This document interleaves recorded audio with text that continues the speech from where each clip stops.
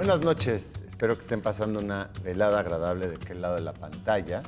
Aquí les saludo con gusto para este que será pues nuestro siguiente episodio dedicado a los árboles, ¿no? Con el tema del mes de la revista de la universidad, y en el que volvemos a ir al sureste, volvemos la mirada hacia el sureste, pero ahora hacia la región del Soconusco, ¿no? Ahora vamos hacia la región del Soconusco, pues en busca de destellos pues de una infancia y juventud pasada entre árboles, ¿no? Una infancia silvestrada, vamos a decir, entre el manglar y la selva. El Soconusco, pues bueno, sí, hay por referencia, ¿no? Entre el Pacífico y la Sierra Madre de Chiapas. Y justamente de ahí es Balam Rodrigo, que va a ser nuestro guía hoy. Va a ser nuestro guía, y les cuento que Balam Rodrigo, además, pues es poeta y narrador, por supuesto, y fue futbolista, tuvo varias vidas, ha tenido varias vidas, no vamos a hablar en pasado, no en presente, ha tenido varias vidas, y bueno, entre ellas pues es biólogo, ¿no? Con formación de biólogo, y actualmente es miembro del Sistema Nacional de Creadores de Ensayo, y pues su obra transita pues entre la migración, la ecocrítica, y esto le ha valido pues para publicar ni más ni menos que 50 libros de poesía y uno de ensayo, muchos de estos premiados, ¿no? Y bueno, muchas otras cosas en sus aventuras, por supuesto. Balam, qué gusto lograr cacharte, ¿no? Te capturar, siempre estás en movimiento tú, ¿no? Migrando, ¿no? Migrando, es decir, ahora sí que se aplica esto de persona en situación de movilidad, ¿no? En este caso, movilidad literaria, académica, vital, ¿no? Creo que eso es muy importante. Gracias, Andrés, gracias a la revista de la universidad por invitarme al programa y a platicar un poquito de Soconusco. De tu región, porque tú ¿cómo se llama tu localidad donde naciste? Se llama Villa de Comaltitlán. Exacto, Comaltitlán. Ajá. Sí, que está relativamente cerca de Tapachula, en el Pacífico. De hecho, está, digamos, a la altura de la reserva de la biosfera La Encrucijada, ajá, que tiene los manglares más altos, ¿no? de América. De América. Y está flanqueada entre el manglar, está cerca del mar, llena de ríos, pero también la Sierra Madre. Entonces, el municipio tiene una zona relativamente alta hasta la zona mareña o costeña propiamente. Entonces, tenemos un carácter muy particular los originarios de esa región del mundo, de México, porque somos parte de la cultura centroamericana, pero también la mexicana es donde confluyen ambas, pues con este sabor a Pacífico, ¿no? A café, que hay mucho café, hay mucho cacao, claro, ¿no? Entonces, es una zona riquísima en términos culturales y también de biodiversidad. Sí, tiene 5,000 años de intercambio cultural ese lugar, por lo menos, ¿no? Y también comercio y paso de gente, pues, y paso de fauna. Sí, hace 6,000 años más o menos está datado. Hay una cultura que le han llamado la cultura Mocaya, y está situado en un lugar que se llama Paso de la Mada, en el municipio de Mazatán. En ese lugar hay evidencia por cerámica que han analizado, ¿no? Con los químicos que hay en la cerámica, y han encontrado en esta cerámica trazas de teobromina. Eso significa que ya se echaban su chocolatito, su pozol, ¿no? Con cacao hace 6,000 años aproximadamente. Entonces, una cosa interesantísima son estas culturas del Pacífico, ¿no? Que migraban y demás, y algunas se establecieron en ese lugar, en Soconusco. Claro. Oye, y bueno, pensando un poco en crecer ahí, ¿no? Tú tienes varios hermanos, ¿cierto? Son todo un clan. Sí, una tribu. Sí. Una tribu. ¿Y tú eres el mayor? Soy el mayor, sí. Al menos de edad, de eso sí, ¿no? Bueno, pero te tocaba, pues a lo mejor guiarlos un poco, ¿no? Y pescaban y cazaban, supongo, ¿no? O sea, sí, pues es una situación, yo le llamo ahora de privilegio, porque soy el mayor de 8 hermanos. Uh-huh. El Villa de Comaltitlán está atravesada por más de un río. Está el río Badoancho, que está junto, no divide, sino une al municipio de Escuintla con Villa de Comaltitlán. Uh-huh. Luego está el río Despoblado, el río Chalaca, que es el más simbólico del pueblo, pero a su vez hay dos ríos, Paso de Lima y Zapaluta, que se unen para dar origen o formar el río Chalaca. Todos estos desembocan en estos manglares, en este sistema de la encrucijada, pero además hay otros pequeños arroyos que atraviesan el pueblo. Entonces, de tal suerte que a 1,5 cuadras de la casa había un río grande donde podías nadar, pescar. Wow. Oye. A la hora del recreo, en una de las escuelas primarias donde estudié, podíamos pescar y dejar los pescaditos en una pequeña ensarta hecha de bejuco para que al salir de la escuela, a la vez que comíamos mangos, guayabas, caimitos, cacos, pomarrosas, una diversidad de frutos, de árboles frutales de los que abrevábamos y tomábamos para comer, podíamos incluso llevarle a mi mamá el pescado para que nos los friera, ¿no? Claro. Entonces era una, digamos, una vida de hasta caza, recolección y pesca, porque es una zona de mucha abundancia. Cerca además está el manglar, entonces también podíamos, y al más de una vez fui con mi padre a pescar con otros hombres de la zona, mareños, costeños, a pescar al manglar. Entonces sí es una infancia, fue una infancia privilegiada, sí, que andábamos corriendo descalzos, ¿no?, entre la vegetación, subiendo árboles y disfrutando además de este contacto con la naturaleza sin que estuviese mediado por esta separación, digamos, que la Civitas hace, ¿no?, de estar en una burbuja. No, ahí estás en contacto con todo tipo de animales, hasta domésticos, obviamente, porque pues hay ganado, había chuchos, gatos, etcétera, otro tipo de animales, teníamos nuestras propias gallinas, en fin, una situación muy privilegiada en la que estábamos, pues ahora sí que Balaam y sus 7 hermanos, ¿no? De un lado para otro, ¿no? Y nos tocaba estar en ese lugar, ¿no? La verdad, bendecido, pues por toda esta abundancia en términos de biodiversidad y cultura también, ¿no? Claro, claro. Oye, y pensando en los árboles de la región, ¿no?, ahorita que dijiste mangos, me puse a pensar, y pomarrosas y demás, ¿tienes algunos que estén así como más impregnados en tu mente, que sean tus favoritos de esa zona? Sí, fíjate, la ceiba, obviamente, por lo que encarna la ceiba, los mitos de la ceiba. Mi primer libro se llama Ceibario, y que tiene que ver con un trabajo que hice sobre etnobotánica, de los mitos, leyendas y toda esta mitografía botánica en torno a la ceiba pentandra, este árbol monumental y colosal, y que allá, bueno, tiene una significación además religiosa, simbólica y demás. Y además de la presencia constante de la ceiba, por ejemplo, uno de los mitos asociados a la ceiba es que tiene poderes o cualidades curativas, sobre todo de enfermedades cutáneas de la piel, salpullido, el sarampión o cualquier afección de la piel.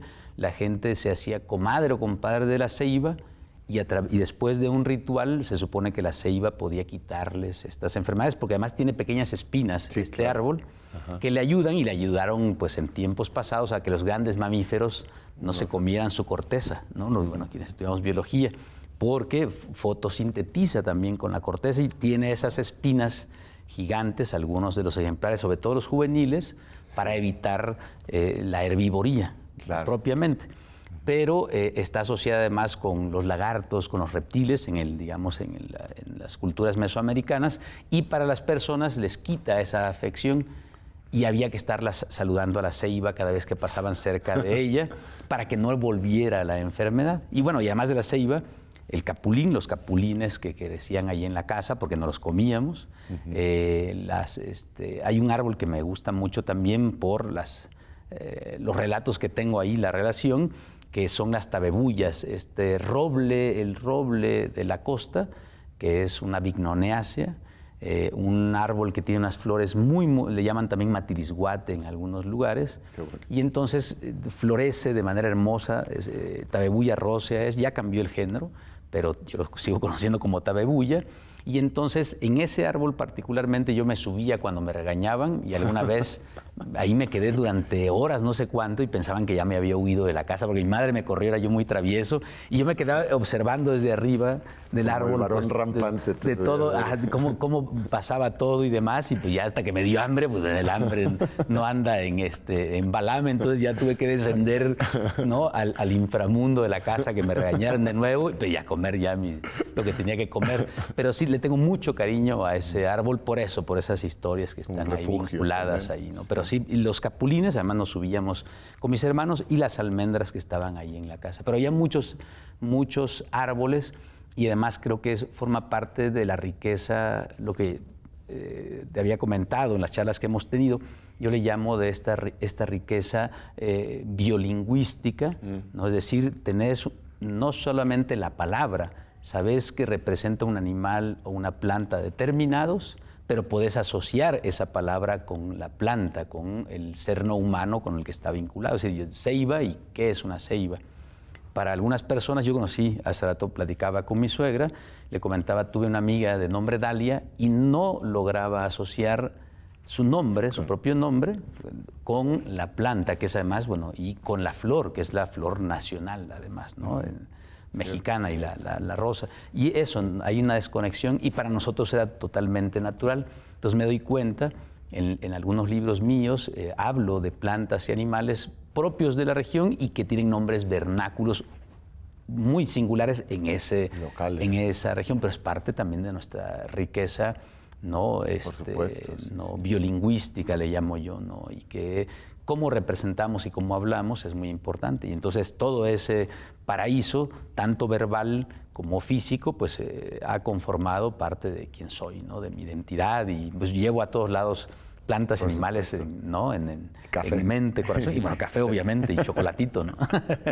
Buenísimo, pues se nos está yendo el primer bloque, Balam. Entonces, bueno, ahora volvemos y vamos a seguir explorando esta región a través de estos destellos de una infancia selvática, vamos a decir.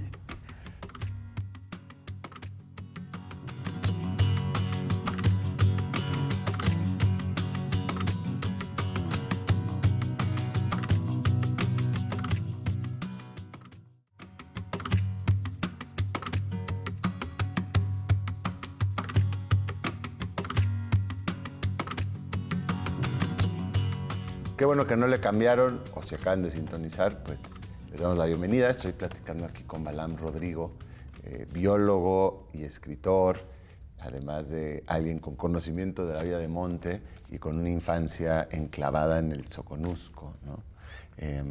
Con sus hermanos, yo te imagino mucho así con ese clan. Fantástico, la verdad. Y un poco, después de hablar de algunos de los árboles, a lo mejor estaría bueno también pues, algunos de los animales, ¿no? Que a ti, no sé, que te llaman más de esa región. Sí, sobre todo los peces, ¿no? Porque además de que esta riqueza, digamos, de peces dulceacuícolas, vamos a decirlo en términos ya como biólogo, sí, también forman parte del imaginario. Y entonces, los nombres de los peces, la forma, el tipo, el sabor que tiene cada pez, ¿no? Desde comer las pupos, que son unos pequeños pececitos, que así se le dice además en toda la costa del Pacífico, que va, de hecho, desde Centroamérica y parte de Colombia. Hay siempre algún pez que se llama pupo, y eso está hasta la parte alta, ¿no? de nuestro país. Pero eso viene además de las lenguas nahuas y posteriormente del náhuatl, que viene de pupuyutl, y es pupo, porque crecen en las aguas estancadas, en las orillas de los ríos. Entonces, desde esos pequeños pececitos hasta las sardinas, las mojarras, anguilas y otra suerte de peces que lográbamos pescar, cangrejos, en fin. Entonces, cada uno de ellos tenía un sabor, una forma de pescarse, si era con anzuelo, si era con tarraya, claro, o bien con trasmayos si uno ya pescaba en el manglar. Desde los ríos propiamente hasta el manglar, y cada uno de ellos podías pescar camarón, algún robalo, alguna lisa, ¿no? Un tacazonte, que es un bagre grandote. Los bagres pequeños, su nombre es filín, y ese nombre de filín tan particular es parte de las lenguas pipiles o nahuas que van desde Soconusco hasta El Salvador. Entonces, en toda esa costa guatemalteco, salvadoreña, chiapaneca, huilín o filín es el nombre de estos bagres pequeñitos. Entonces, bueno, es parte del imaginario, y los pescábamos con fisgas, con pequeños arponcitos.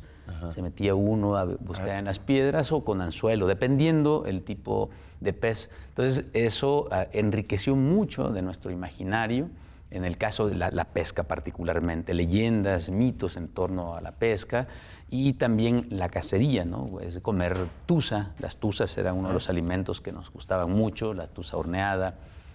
Ahora que vine de aquí de visita a la Ciudad de México, traje, entre café y otras cosas, delicias de la gastronomía chiapaneca, hormigas, la hormiga chicatana, el cicín, le llamamos cicín o sonpopo de mayo, que sale, ¿no? Esta hormiga en grandes cantidades entre mayo, junio, julio, de época de lluvia, y eso para nosotros constituye un manjar, ¿no? Y traje un puñado de este cicín para que mis hermanos y mis hermanas, mi madre también, nos reuniéramos a comer con tortillas, ¿no? Porque es parte de nuestra cultura. Sí. Entonces hay una entomofagia y comer un montón de carnes de monte, que eso, ¿no? De mapache, de armadillo, de cuatís, de tepezcuintle, lagarto también, ¿no? Porque nos tocaba comer los lagartos pequeños, los cocodrilos, la cola, iguanas también. Obviamente la iguana verde es parte de la gastronomía de esa zona. Ahora hay que cuidarlas, ¿no? Nos tocó de niños comérnoslas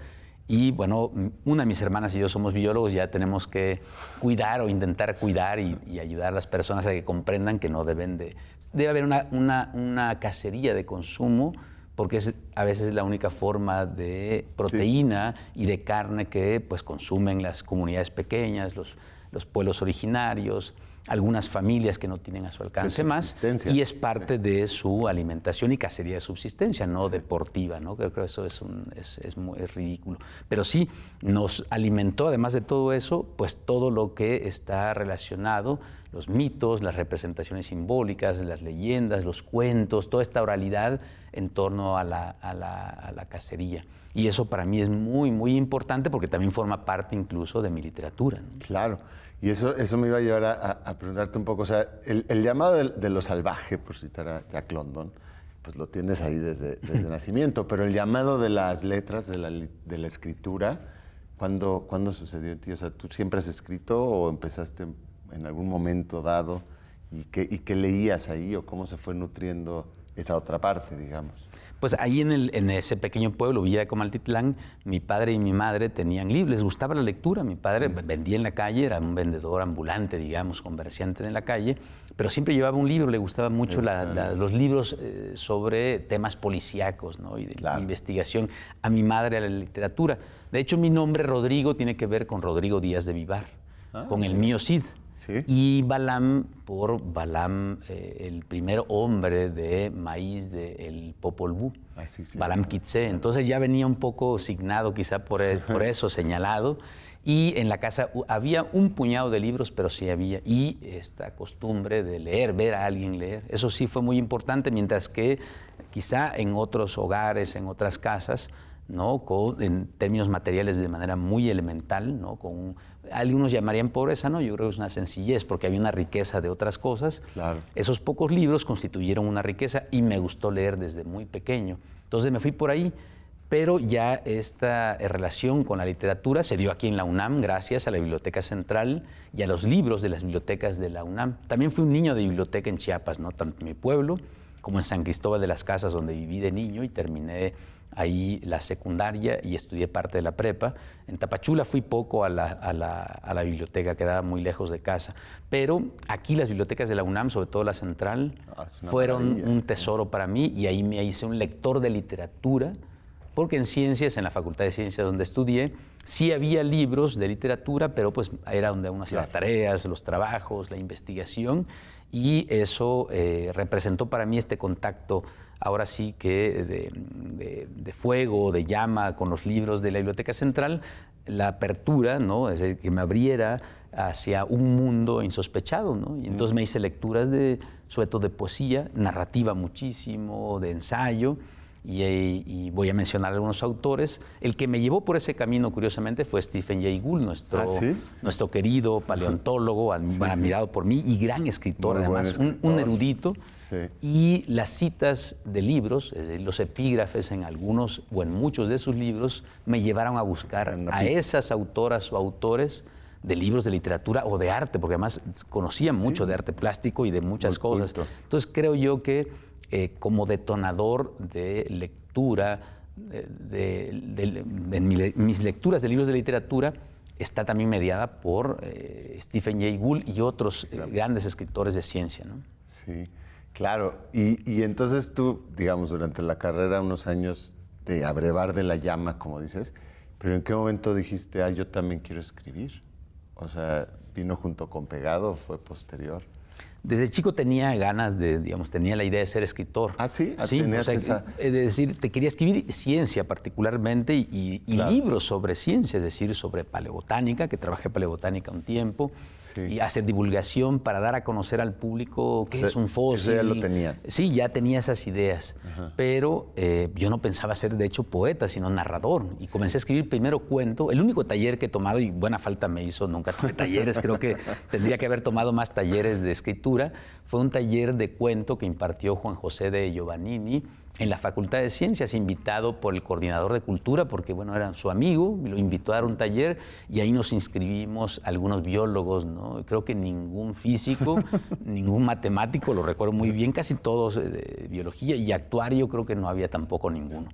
Pero biólogos varios. De esos, hay un amigo que se llama Mario Jaime, que escribe divulgación, es dramaturgo también, y él había estudiado tanto en la SOGEM y en ciencias. Es una combinación también de estos biólogos, escritores. Y tomamos el taller, y Juan José de Giovannini nos dijo, yo recuerdo muy bien a Mario Jaime y a otro par de amigos y a mí, dice, ¿por qué no estudiaron literatura ustedes? Ustedes realmente parece que tienen ahí talento, tienen ese gusanito puede crecer, y yo comencé a escribir, de hecho, narrativa, ¿no? Tentativas de novela, tengo varios cuentos, relatos, pero cuando comencé a leer poesía, pues ahí más bien comencé a escribir cosas que no eran exactamente poesía, pero también pueden considerarse poemas. Y así comenzó la historia, entre 2003 y 2004, mientras estaba yo estudiando la maestría, que finalmente dejé, y dije, bueno, voy a tomarme un tiempo para escribir.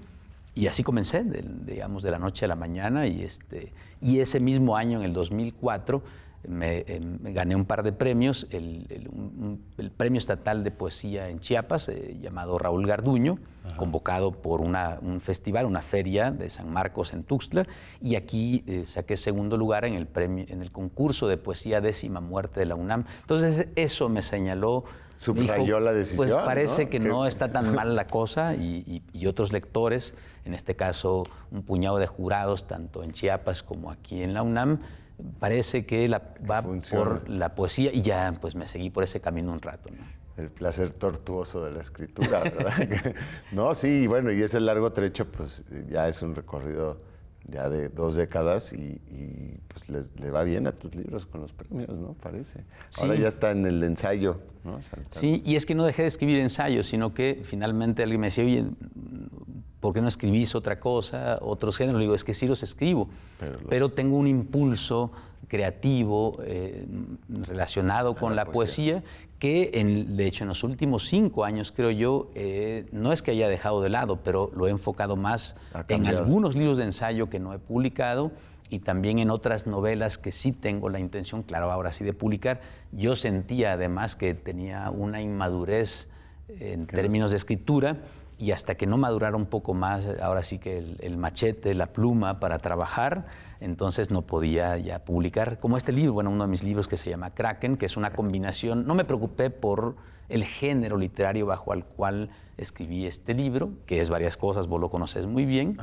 Y creo yo que no lo hubiese podido escribir de esa manera si hubiese concretado la tentativa hace una década, o hace 15 años, o hace 20. Hubiese salido un libro totalmente diferente. Ahora es una quimera muy compleja. Creo que estoy muy contento con ese libro, pero hay otros libros de naturaleza similar que estoy escribiendo que tienen justo una vocación distinta y son quizás hasta un tanto más formales, ¿no? Ok, pues muy bien. Se nos acabó el tiempo, Balam.